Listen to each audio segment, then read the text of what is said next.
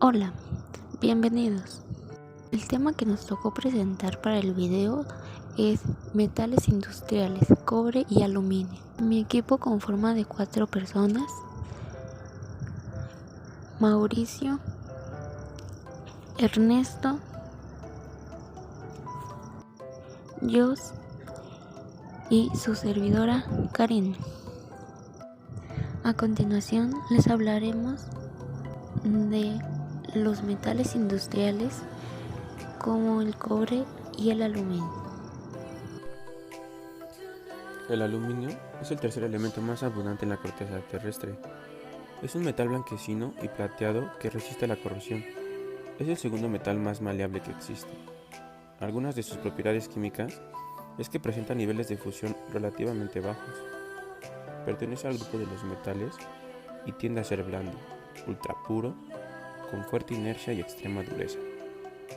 Se aplica en condiciones severas de servicio que requieren de una excelente fortaleza y altas temperaturas de operación. Es un excelente aislador eléctrico. El aluminio, al 99,9%, se utiliza ampliamente en galvanizado, que es uno de los más comunes métodos para proteger el metal de la corrosión. El primer uso registrado de aluminio fue en la alfarería de Medio Oriente. Se utilizaba arcilla mezclada con óxido de aluminio para fortalecer las vasijas. Existe desde hace mucho. En el año 5500 a.C. se hablaba del metal de la arcilla, pero no existía ningún proceso mediante el cual se pudiera obtener las cantidades como para hacerlo manipulable. El aluminio es uno de los metales más modernos que conocemos. Aunque sin saber de qué se trataba de este metal, ya era empleado en la antigüedad en forma de alumbre. Fue descubierto por el químico danés Hans Christian Ørsted, quien lo aisló por primera vez en el año 1825. 2 años más tarde, el químico alemán Friedrich Höhler lo obtuvo en forma de polvo y hubo que esperar al año 1845 para que el mismo Höhler describiera por primera vez las propiedades del metal. Sin embargo, el aluminio no se consiguió aislar en su forma metálica hasta el año 1954 por el químico Henri Saint-Clairy de Ville, quien lo presentó al mundo en forma de lingotes en la Exposición Universal de París en 1855. El aluminio es parte de varias rocas minerales que se encuentran en la naturaleza en forma de minerales. Para producir aluminio puro se utilizan principalmente minerales arcillosos de bauxita. Esta es la principal depósito de aluminio. La encontramos en diferentes colores como el blanco, gris, amarillo, naranja, rojo y marrón. Por lo tanto, el aluminio es uno de los metales que más está en contacto con la humanidad. Este metal, que antes era conocido como metal precioso, nos ayuda en nuestro día a día, desde la pantalla de nuestro smartphone y sus marcos que están hechas de aluminio, hasta las partes esenciales de un avión que transporta carga, comida y también personas. Gracias a su peso, el aluminio es un excelente conductor de calor y electricidad, aún mejor que el cobre. Por eso se utiliza en las principales líneas de transmisión de energía. Es muy importante mencionar que en el metal podemos rescatar hasta el 90% de energía empleada en su reciclaje, ya que es relativamente fácil llegar a su punto de fusión. El aluminio es uno de los metales más versátiles que se conocen. Tiene una baja densidad de 2.97 gramos sobre centímetro cúbico y una alta resistencia a la tensión, es decir, puede estirarse o alargarse. El aluminio es muy maleable, puede formar láminas muy delgadas y es un excelente conductor de electricidad. Los efectos del aluminio sobre la salud.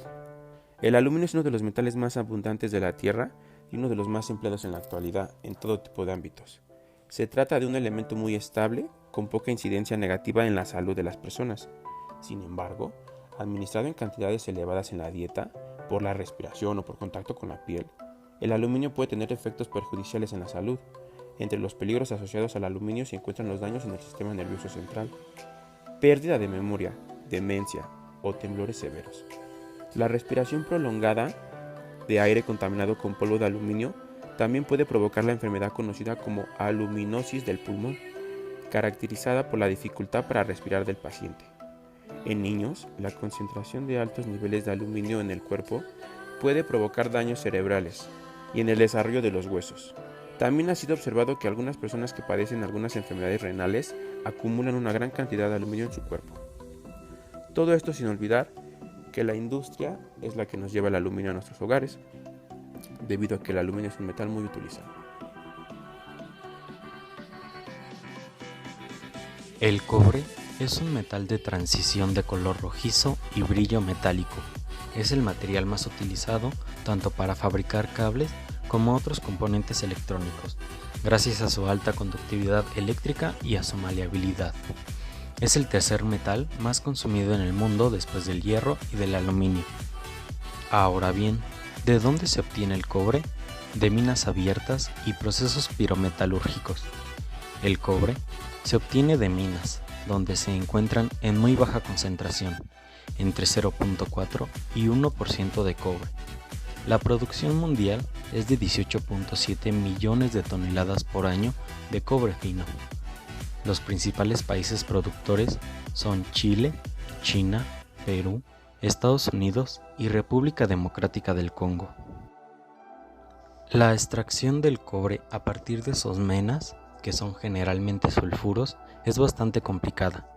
La razón principal de esta complejidad es que las menas de cobre suelen contener sulfuro de hierro. El esquema general de la metalurgia extractiva produce cobre contaminado con hierro.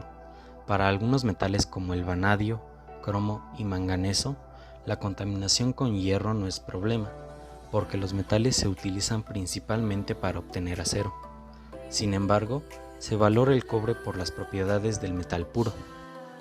Para evitar la contaminación con hierro, es necesario introducir varias modificaciones en los métodos metalúrgicos habituales. El proceso pirometalúrgico tiene diversas etapas. La primera es fusión la mata. Se obtiene una mata líquida de 50 a 60% de cobre gracias a un horno que llega a 1250 grados.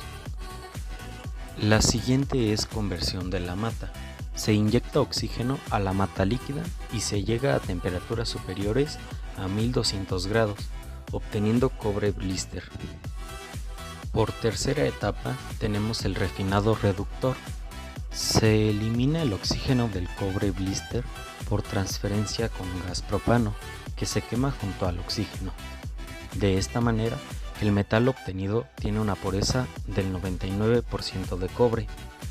La que sigue es el refinado electrolítico. Se utiliza para fabricar cobre de pureza 99.99%. El refinado se produce gracias a la electrolización a bajos potenciales. Reciclaje. El cobre es 100% reciclable. Cuando los residuos son de cobre puro, se funden directamente. Si el residuo contiene óxido, también se funden, formando ánodos que se volverán más puros gracias a la electrorefinación. Cuando se obtiene de aleaciones como latón o bronce, se funde, extrayendo el cobre y se vuelve a pasar por el proceso de refinado. La corrosión es el término que suele aplicarse al deterioro de los metales por un proceso electroquímico. Algunos ejemplos son el hierro oxidado, la plata empañada y la pátina verde, que se forma en el cobre y en el latón. La corrosión provoca daños considerables en edificios, puentes, barcos y vehículos. Para que el metal no se oxide, debe estar en contacto con oxígeno y agua. La corrosión provoca daños considerables en edificios, puentes, barcos y vehículos. Para que el metal se oxide, debe estar en contacto con oxígeno y agua, aunque las reacciones son complejas y no se conocen en su totalidad. Se cree que las principales etapas son las siguientes. Primera etapa.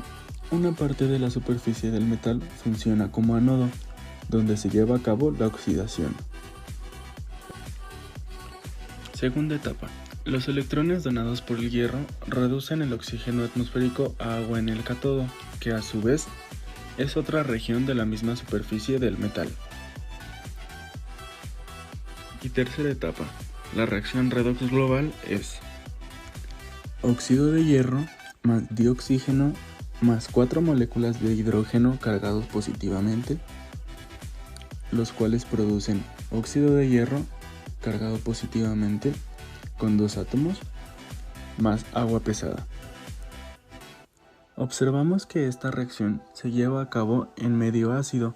Parte de los iones de hidrógeno cargados positivamente provienen de la reacción del dióxido de carbono atmosférico con el agua, en la que se forma ácido carbónico cargado negativamente, y los iones ferroso que se formaron en el ánido se oxidan posteriormente por el oxígeno. Esta forma hidratada de óxido de hierro es lo que se conoce como herrumbre.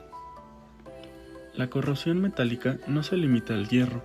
El aluminio tiene mayor tendencia a oxidarse que el hierro y se espera ver que los aviones se corroyeran lentamente durante tormentas y que las latas se transformen en montículos de aluminios oxidados. Esto pasa porque la misma capa de óxido de aluminio insoluble que se forma en la superficie del metal expuesto al aire protege al aluminio que está debajo. Por el contrario, el óxido que se forma en la superficie de hierro es demasiado poroso para proteger al metal. Los metales acuñados como el cobre y la plata también se oxidan, como lo podríamos notar en los siguientes ejemplos. El cobre forma una capa de carbono de cobre de color verde, también llamada platina, que protege al metal de una corrosión posterior. Se han desarrollado varios métodos para proteger a los metales de la corrosión. En la mayoría de estos se trata de evitar la formación de óxido. El recurso más obvio es cubrir la superficie del metal con pintura. Pero si la pintura se llega a descascarar o rayar, se expone aunque sea una parte mínima del metal y este se formará óxido bajo la capa de pintura. La superficie del hierro metálico se puede inactivar mediante el proceso llamado pasivación. En los sistemas refrigerantes y en los radiadores a menudo se añade una disolución de cromato de sodio para evitar que se forme óxido.